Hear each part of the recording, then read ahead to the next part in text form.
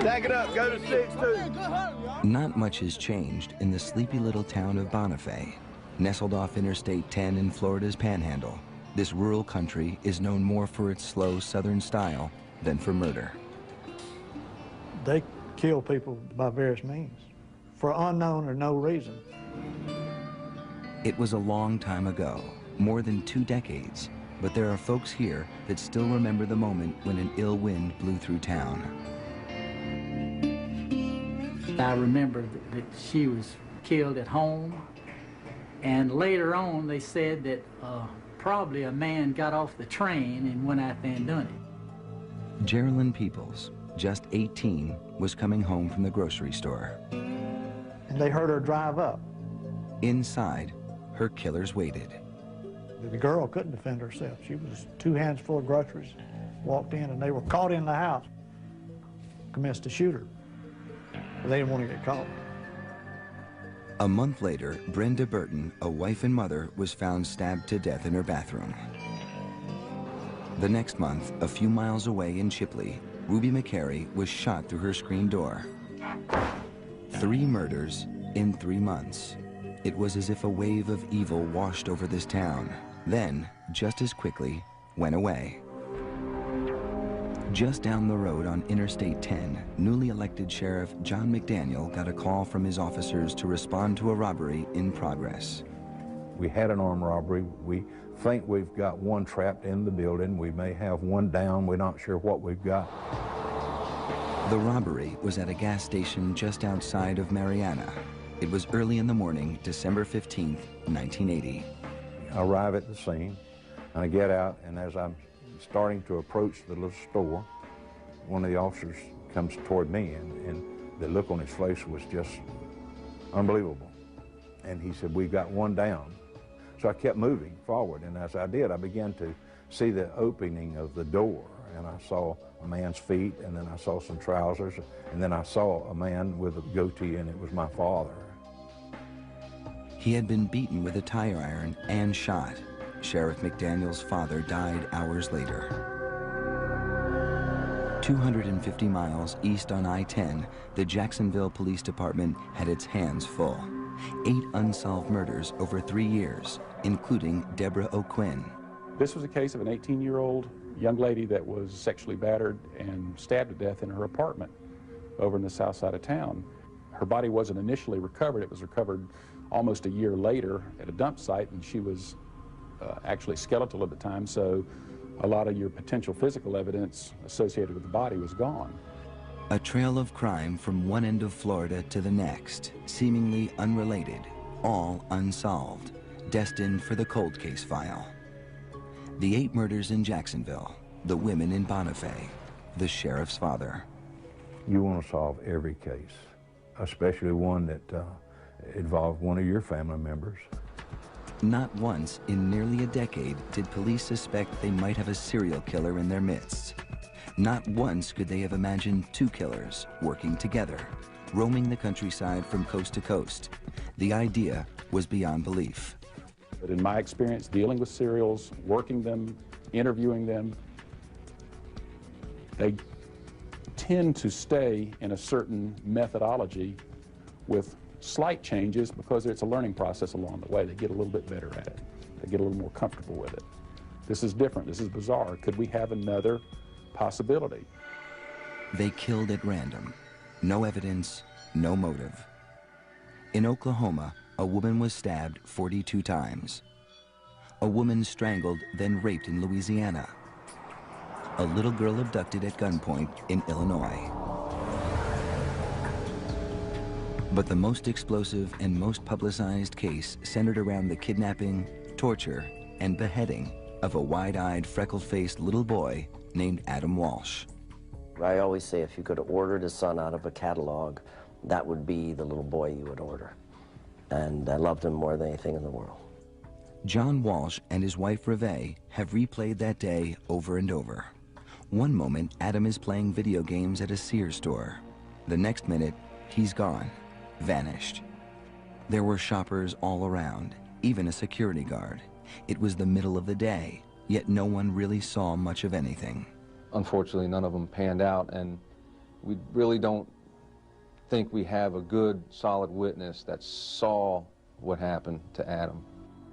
The sun went down, the store closed, and Adam was nowhere to be found. Reve put signs all over the car. Adam, we're still looking for you. Adam, please stay here, anything. And, you know, when nightfall came, it was unbearable because now it wasn't light out anymore. And that's when the harsh reality comes in that your things are not going the right way. It's unbearable. A massive search was launched.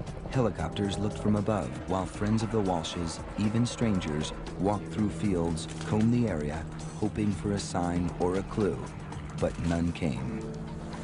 We'd appreciate anyone with any information about him or have seen him or think they saw him to please call the Hollywood police. Where was Adam? It would be a while before this man would say he knew where Adam was, and the others too. Was it possible? Could one man be the common thread between all these murders? Locked in a prison cell for burning down 2 buildings, a 2-bit arsonist in Florida, a man named OTTIS TOOLE, began confessing to murder. Confessing to killing the women in Bonifay, the sheriff's father, even the brutal slaying of 6-year-old Adam Walsh. Was he really capable of such heinous acts? According to local lore in Jacksonville, Florida, Toole's hometown, as a young boy, he could be found wandering among the tombstones, digging for bones, doing the devil's work. After his mother died, a 34-year-old Toole would sometimes sleep on her grave. I really got into devil worship all the way. When he's asked about his crimes, he moves as in a trance and then gleefully confesses to murder. Some of them's been cut wide open, and some of them's been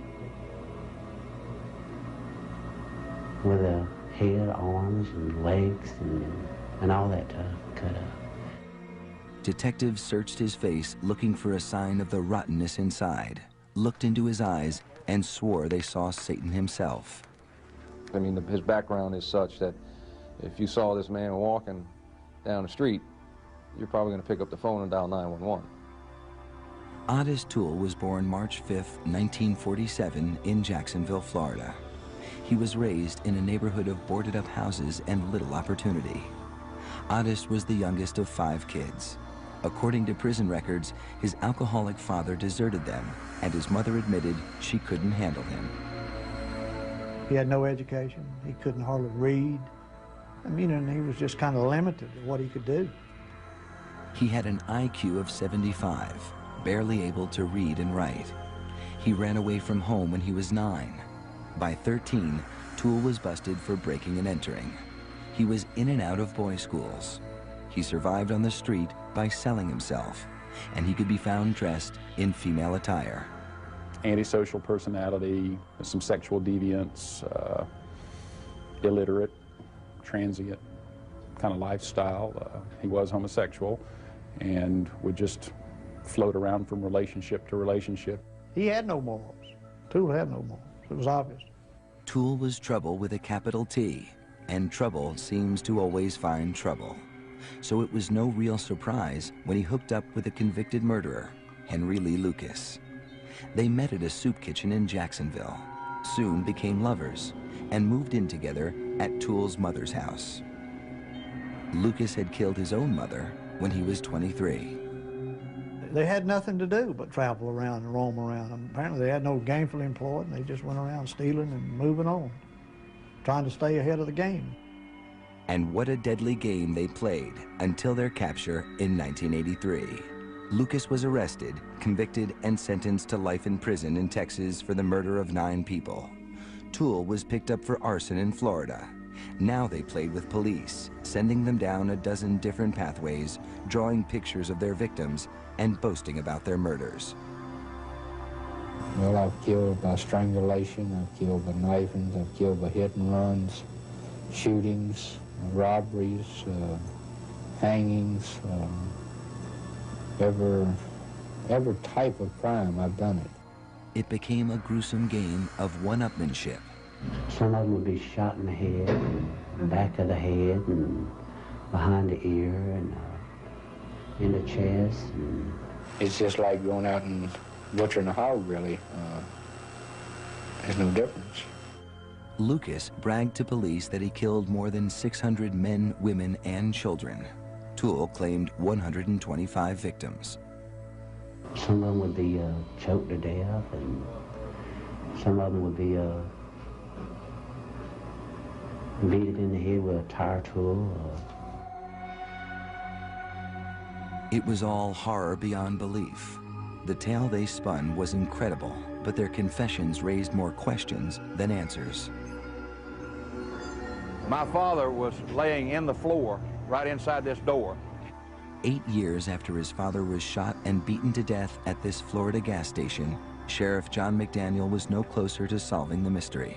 Yeah, it brings back memories. Then, a break. A call came in from a Florida law enforcement officer. He said, Johnny Mac, was your father killed in a service station, like convenience store? Yes. In a displaced area, a 4-lane highway, the different things he was asking, I don't remember what all the questions were. And I said, yes. He said, I may have something. I'll get back with you.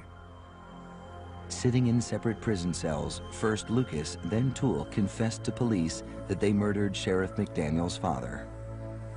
I started hitting with a tire tool all in the head. Henry had a 25 automatic. He pulled that gun out and shot him in the head. What did y'all do then? Well, Henry got his wallet and threw his wallet down. And, In a tape-recorded conversation, TOOLE accurately described the crime scene, providing police with the kind of information only the killer would know. And then TOOLE said something else. And then all of a sudden, too, he closed his eyes and he looks back and he says, there wasn't a hand on that left arm. Well, that was never publicized. My father's left hand had been taken off surgically after a gunshot wound in that hand in the 40s. Imagine meeting your father's killer face to face. Sheriff John McDaniel went to Lucas's Texas jail cell, looked him straight in the eye, and asked, "Did you kill my father?" He sat there for a little bit and he'd look away and he'd think about it in a minute. He says, that's when he says, I was there when your daddy was killed, but I didn't kill him. I was on the telephone. The hands of death killed your father. The two men claimed a sadistic cult, the Hands of Death, hired them to kill, sacrificing their victims and eating their flesh. The stories were outrageous, yet they knew so much, had so many details. The father's missing hand, the murder weapon. He was for real.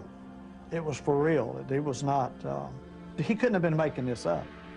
TOOLE and Lucas were indicted and charged with the murder of Sheriff McDaniel's father. But not all of their confessions would be so convincing to police. In Jacksonville, there were 8 unsolved cases, and the deadly duel of Lucas and TOOLE wanted the credit. Law enforcement believed that if you're going to confess, you must be guilty. Why would you confess? And we just didn't understand how these individuals work. We didn't understand the personality profile of a person that could do that. Could OTTIS TOOLE have killed hundreds of people? And what about Adam Walsh? Was this self-professed serial killer the face behind Florida's most famous murder mystery? Lots of memories about him, how kind he was to everybody. He was the light of everybody's life, and he certainly was of mine. I waited my whole life to have that little boy. Memories are all John Walsh has left because on July 27, 1981, 6-year-old Adam was kidnapped from a mall in Hollywood, Florida. We're the parents of Adam Walsh, who's been missing since yesterday noon from the Hollywood Sears Mall on Hollywood Boulevard. 6.5 years old. Reve Walsh, his mother, left Adam here, right at a new video game display, while she went a few aisles away to check out a lamp that was on sale. She left him for just a moment. And in that heart-stopping moment, Adam was gone. John Walsh could never forget that panicked call from his wife. I went back, he wasn't there, John. No one would help me. They told me to go to customer service and page him. I went. They wouldn't help me. I'm furious. I'm crying. I've called the police, and no one has come for 20 minutes. Not a cop has shown up here. I said, I'll be there in 2 minutes. Adam vanished without a trace. Had he simply wandered off, or was it something more sinister? When the sun came up, the Walshes were back at the mall again. They asked if I had heard anything yet. And I had the picture up in my visor. I pulled it down. I says, we're looking for him, and we'll find him. With each passing day, a paralyzing fear took hold.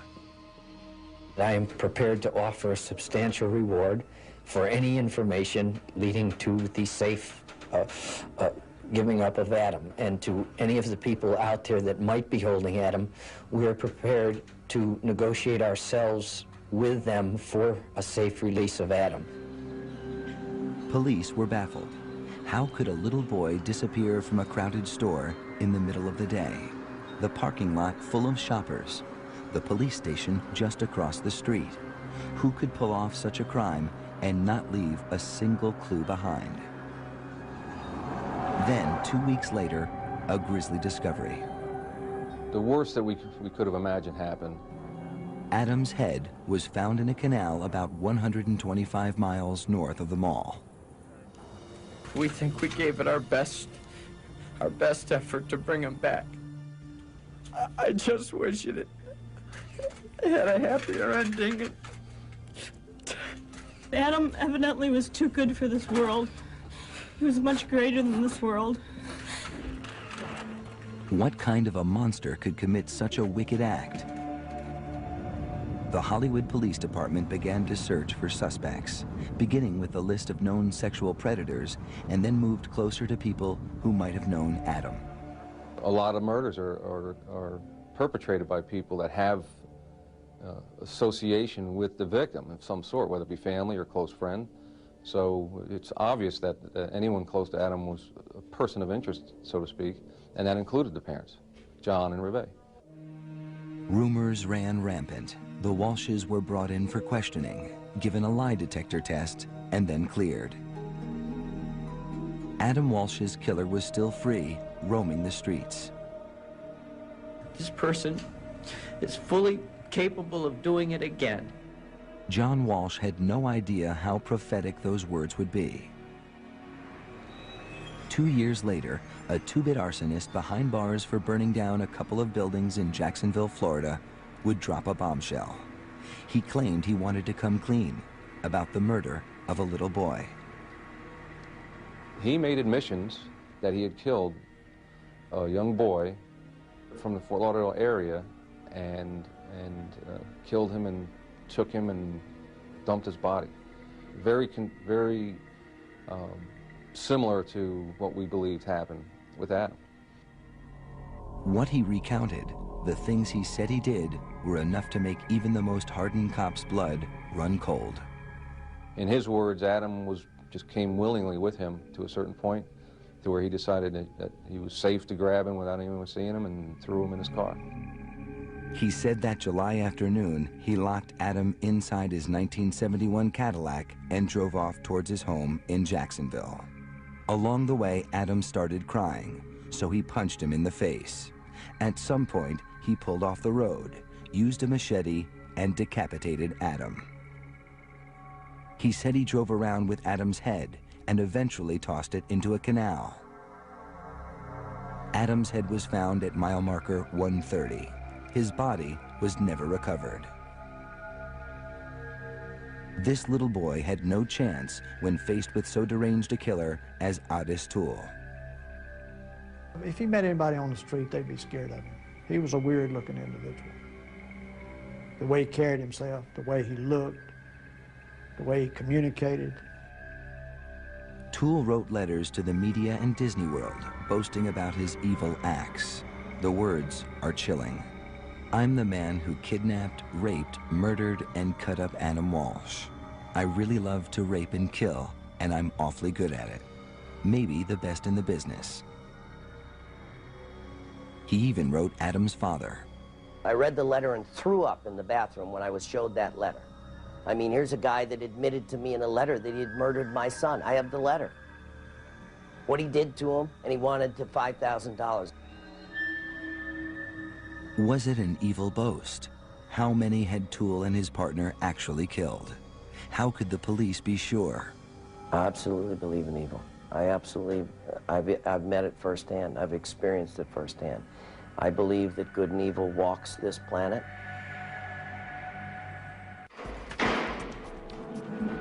Sitting in their prison cells, OTTIS TOOLE in Florida and his soulmate Henry Lee Lucas in Texas were willingly filling in the blanks to hundreds of unsolved murder mysteries across the country. Well, some of them, Henry would cut his throat, you know, and some of them I done the same way. And a two-man nationwide crime wave that left behind a trail of fear. First thing that's going to happen is you're going to have every law enforcement agency in the region wanting to interview these guys to clear their own cases, which is exactly what happened. A number of things were successfully solved as a result of talking with those guys. You know, a lot of law enforcement officers benefited from talking with those people. And some families benefited too, at least had the satisfaction of knowing the men who killed their loved ones were behind bars. 210 victims in 26 states, case closed, or so they hoped. It was an odd way to solve a case. Police had the killers. Now they had to match them to the crimes. We've done cases from the crime scene out, but not backwards like that. It was an interesting, unique experience. It wasn't easy. Most of the confessions were Jane Doe's, unidentified bodies. But remember that murder in Bonifay, Geraldine Peoples? She was carrying groceries into her home. TOOLE said he and Lucas were waiting inside. Adding even more detail, TOOLE told police his teenage niece Becky and his young nephew Frank were waiting outside. TOOLE and Lucas sent them outside of the house to hide, you know, before the girl come home. According to police, Becky left behind a pair of gloves, and Frank remembered seeing a set of drums off in another room, adding support to the killer's confession. But why would they bring children along? TOOLE took the responsibility to be their guardian, so to speak, and actually, it was a good cover for them. They referred to that several times. Nobody would think anything about it with those children with them. TOOLE and Lucas reportedly traveled with the kids as far west as California, then north and east to Maryland. They carried a cache of weapons with them, 22s, 38s, knives, a tire iron, and a rope. They camped in the woods and stayed in missions when they could, always looking for handouts. When they needed more, detectives said they would rob and kill, sometimes for food, sometimes just for kicks. They traveled around in junk cars, abandoning them on the side of the road when they broke down.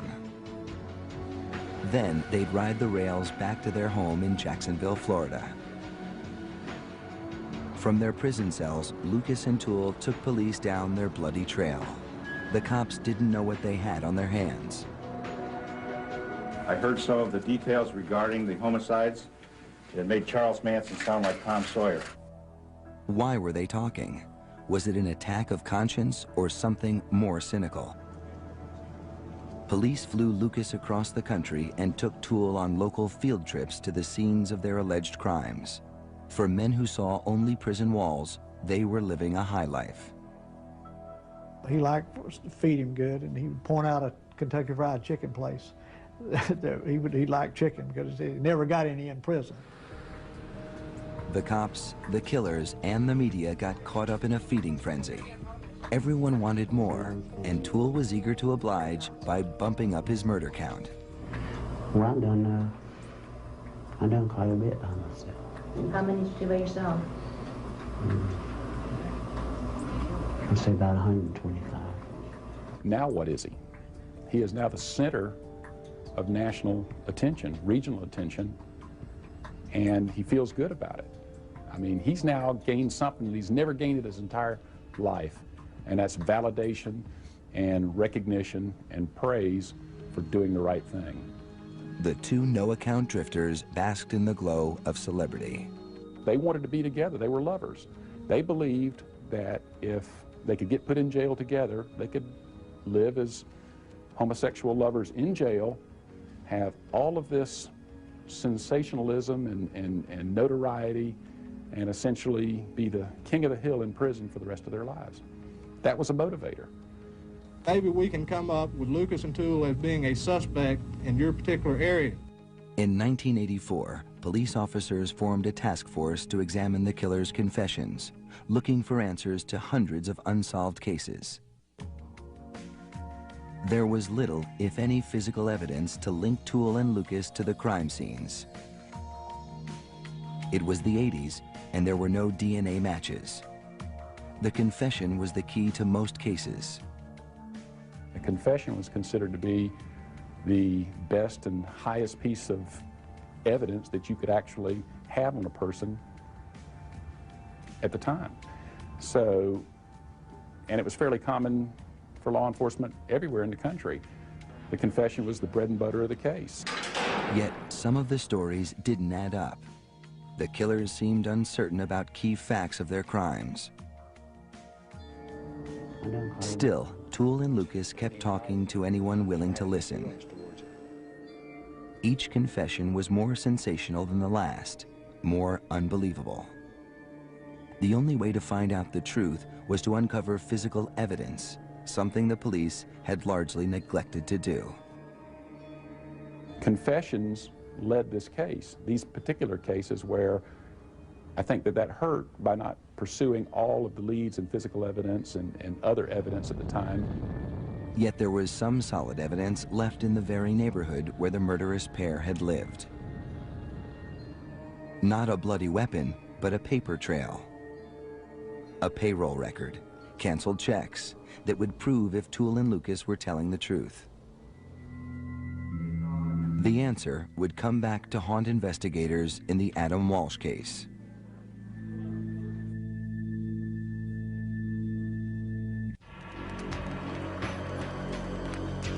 OTTIS Toole told police he loved to burn buildings.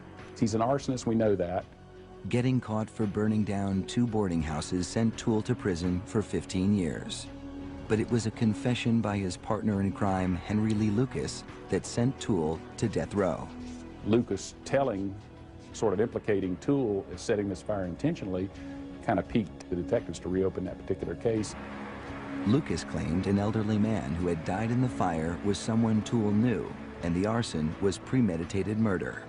When arson investigators went back and looked, a liquid accelerant was found. Here you have a case where you have a crime that he's been convicted before for. It fits his profile. You have something a little bit more compelling. Now, does that mean that he did that? Not necessarily. By today's standard, that still is not enough. But in 1984, it was more than enough. Whether Lucas's confession was true or not, Toole was convicted and sentenced to die. Then, in the ultimate betrayal, Toole's lover, Lucas, murdered Toole's favorite niece in a fit of rage. Toole vowed revenge. I killed her myself, I was. Because? Yeah. Why? Because he killed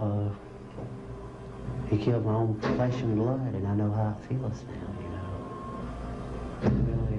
It really hurts. Oddly, even after Lucas turned on Toole, they continued to back each other up on even more sensational stories. In a tape-recorded phone conversation, they went so far as to claim cannibalism. And you know, one time you some some of their bodies and I did too. Yeah, I know.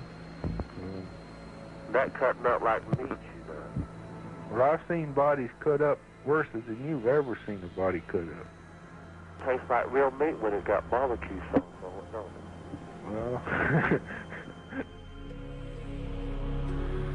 The gruesome claims, the sheer volume of confessions made for stunning headlines, but the outrageousness of the claims left some with doubts. Finally, an investigative reporter for the Dallas Times-Herald did what many police did not. He followed a paper trail that showed many of the claims of murder were lies. He documented that Toole and Lucas were in Delaware and Maryland at the very time they were supposed to have killed 3 women in Oklahoma and Colorado. And although police credited the duo with 4 murders on the West Coast, while sales receipts and employment records placed them on the East Coast in Florida. And on, Toole and Lucas's credibility became severely damaged. Now, closed cases were quietly reopened. We were concerned if it was truthful, because we had cautious flags up that they were, would brag about something that might not have occurred. They may have read it in the paper, or somebody may have come along in an interview and told them about it. And then there were those 8 unsolved murders in Jacksonville, a spate of killings laid at the feet of those 2. We did work a number of years ago and clearly determined that it was not OTTIS, TOOLE, or Henry Lucas. And what about the Adam Walsh case, Florida's most famous unsolved murder mystery? I'll always be the father of a murdered child. I'll always be heartbroken. I'll always be angry. Even before the damning evidence that Toole had lied on other cases, there were problems with Toole's confession to Adam's murder. It was an odd coincidence that he confessed just 1 day after a movie about Adam's killing aired on television. Toole had access to a TV in prison. Adam! Was it possible that he picked up details from the movie to make police think he was guilty? The movie showed the kidnapping took place at a Sears store. Adam was inside at the toy department. These same details were in Toole's confession. Toole also claimed Henry Lee Lucas was with him when he snatched Adam from the mall. But that was impossible. Lucas was in jail on an old auto theft warrant. Now he changed his story. And then he went on to admit that he alone committed the crime, and he alone killed the child, and he alone disposed of the remains. And there were several versions of how he disposed of the remains as well. The case was made even more difficult by Toole's actions. He'd confess, then recant. He confessed several times, and recanted several times, and then confessed to it again, and then recanted again.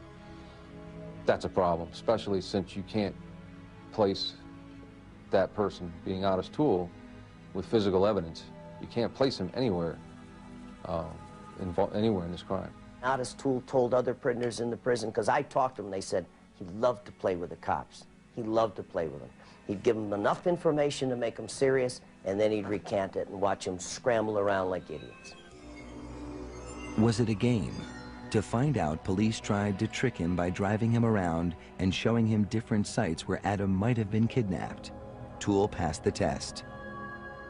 He was taken to other Sears malls, and not just the one here in Hollywood, to see if he would identify the one that he said that he conducted, where he did this crime. And he did, according to what I read, correctly point out the Hollywood Mall, right across the street from the police station.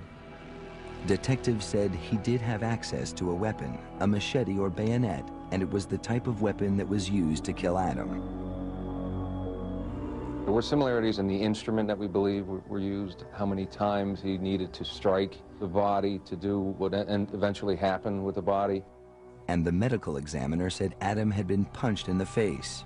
In Toole's confession, he mentioned hitting a little boy.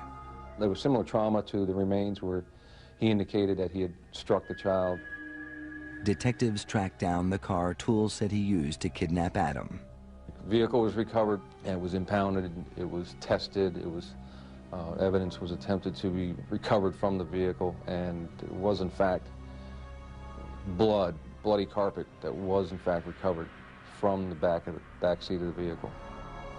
But back in the 1980s, there was no DNA testing, and they couldn't prove it was Adam's blood in Toole's car.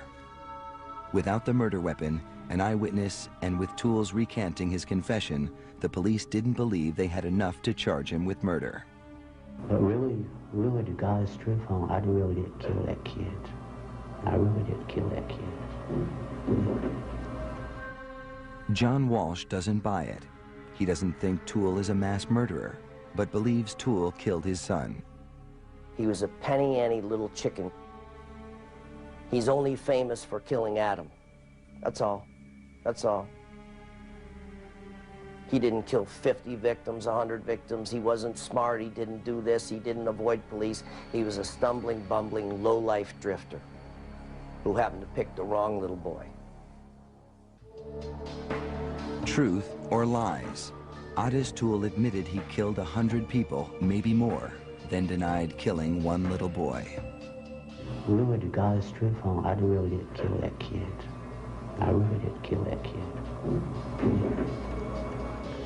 Where did the truth lie? A front-page newspaper story had declared TOOLE and his partner in crime were frauds. So who did TOOLE kill? How many victims? Even the police couldn't say for sure. Is he the notorious, evil, predatory, cannibalistic, decapitating monster that he's trying to portray himself? I don't believe that. Is he capable of doing some things? Sure. So he may not have been one of history's worst serial killers, but he was certainly capable of murder. TOOLE was sentenced to die for the arson fire that killed an elderly man, but the Florida Supreme Court reversed the decision, citing TOOLE's questionable mental stability. TOOLE pled guilty to 5 murders, guilty to the murder of Geraldine Peoples and 2 other women in the Bonifay area, guilty in the shooting death of a young woman in Tallahassee, and guilty to killing the sheriff's father. 5 lives taken, 5 consecutive life sentences. I was satisfied that we had the right people with the evidence that we had, the statements that we had, and I was able to put it to rest at that. Remember Deborah O'Quinn and the unsolved murder cases in Jacksonville? TOOLE and Lucas's confessions fell apart. The 2 were no longer suspects, and the cases were all sent to the cold case file. Deborah's father died never knowing the truth, that his daughter's killer had not been found. This man died believing that OTTIS TOOLE was the killer, and we know that he wasn't. We know that now. As for the Adam Walsh case, TOOLE was a suspect until he recanted in 1984. I told him I killed a kid, but I really didn't kill that kid. TOOLE said the Hollywood detectives led him to the area where Adam's head was found, and he was able to identify it because police had earlier shown him crime scene photos with a bridge clearly visible. I didn't show him where it was at or anything, you know. See, I went and found out about the bridge, you know, in the picture and all. Without a confession and physical evidence linking him to the crime, TOOLE was never charged with Adam's murder. And the case disappeared from the headlines. Then, 15 years later, a lawsuit by local newspapers forced the authorities to unseal the police files. Copied onto microfilm were 10,000 pages detailing the hunt for Adam's killer. Once those newspapers got in those files, they saw one horrible mistake after another. Around the same time that the reporters got into the records, a new team of Hollywood detectives, the Cold Case Squad, took a fresh look at the files. Tucked away in a manila envelope, the detectives found a pair of children's shorts and flip-flop sandals that had been buried in the backyard where TOOLE and his mother lived. Can you believe that? That after 15 years, they would bring a pair of shorts and a flip-flop that could have been Adam's, could have been our son's, could have been buried in the back of his mother's yard. Proved unequivocally, and no one in that police department ever put it together. It turned out that they were not Adam's clothes, but there was other forensic evidence that might have, with modern technology like DNA testing, linked TOOLE to the murder. Especially the pieces of carpet that police had taken out of TOOLE's car.